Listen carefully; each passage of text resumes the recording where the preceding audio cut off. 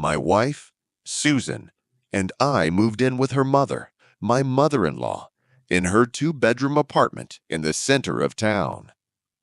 It is worth noting that we had previously lived in a one-bedroom apartment on the outskirts of the city. The move was a major shift for us, not only in terms of space, but also in terms of lifestyle. Living downtown meant that everything was more accessible, but it also meant that privacy was harder to come by. That day, I woke up early to wash my hair before work. Susan was still asleep, wrapped tightly in the blanket, oblivious to my attempts to slip out quietly without waking her. As soon as I crawled out from under the blanket, the morning chill hit me, making my run to the bathroom even more awkward. My mother-in-law, Patricia, was already awake. She was a lush woman with a carefully painted face, her makeup always flawless, even at this early hour. She worked in some kind of construction department and treated me harshly, though she was known to be that way with everyone, not just me. Her husband had died of a heart attack long before we were married, and Patricia had been on her own ever since. Trying not to make any noise, I stepped out into the hallway. The light was on in the kitchen, which meant Patricia was up. She was always the first to wake up. She had a habit of getting everything ready for the day before anyone was awake. The hallway had a soft, tufted carpet that muffled my footsteps as I moved. I dug through my jacket pockets, looking for a hairbrush, then turned to the bathroom door and stopped. I stood in a beam of light from the kitchen that was visible from where I stood. I could almost see Patricia in her robe, standing by the kitchen cabinet and swaying strangely and convulsively, her hands grasping the countertop. At first, I thought she wasn't feeling well, perhaps dizzy or in pain. I instinctively rushed forward, took a couple steps, and then stumbled. Something was wrong. Looking closer, I realized what she was doing. Well, I thought to myself, she's a woman, and she's lonely without a man. So she decided to take care of herself, finding a moment of release in the loneliness of the early morning. Clumsily, out of inertia, I entered the kitchen. Patricia looked around quickly, a look of surprise and guilt on her face. She froze, meeting my eyes, and then lowered her gaze guiltily. "Michael, you're up already," she said in a shaky voice, barely containing her rapid breathing. "Do you need to make coffee?" "No, that's okay, Mom." "I'll be fine," I reply, trying to sound casual, and briskly made my way toward her, or rather, toward the coffee can. She was standing beside.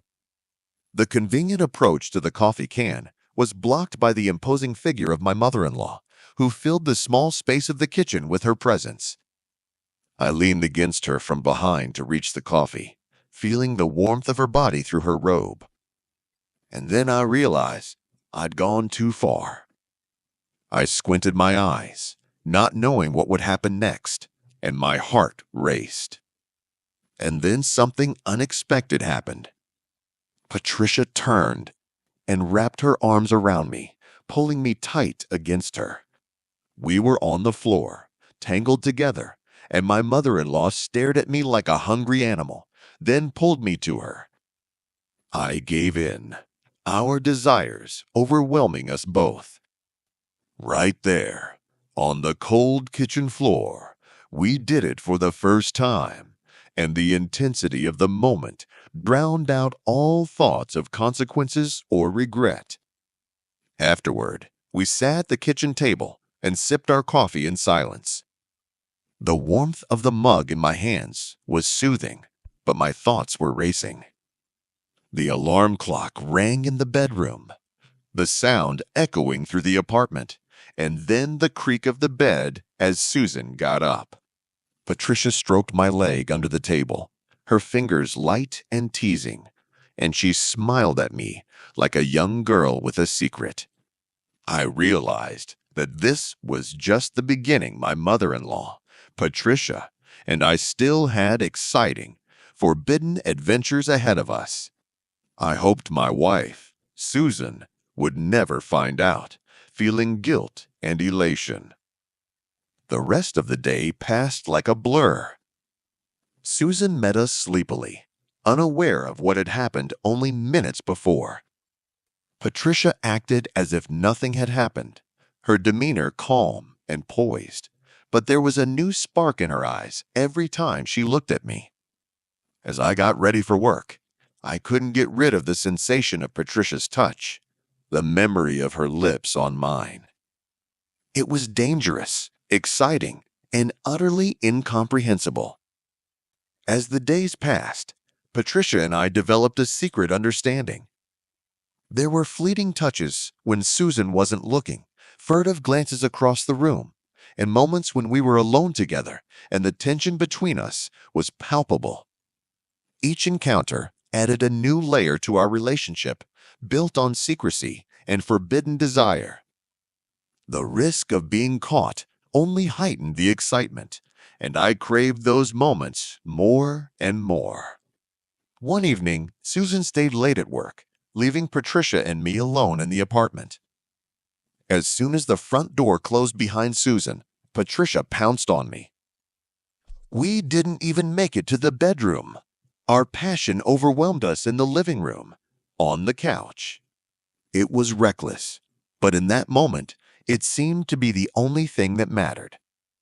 We lost ourselves in each other, and the world outside the window went dark. Guilt was ever present in the back of my mind, but it was overshadowed by the excitement of it all.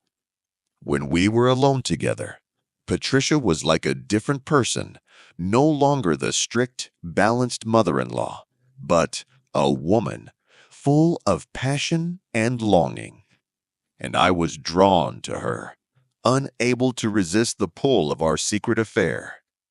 I knew it couldn't last forever. The danger of exposure was real, and I tried not to think about hurting Susan. But for now, Patricia and I were content to live in the moment, enjoy the stolen time we had together, and keep our secret from the world.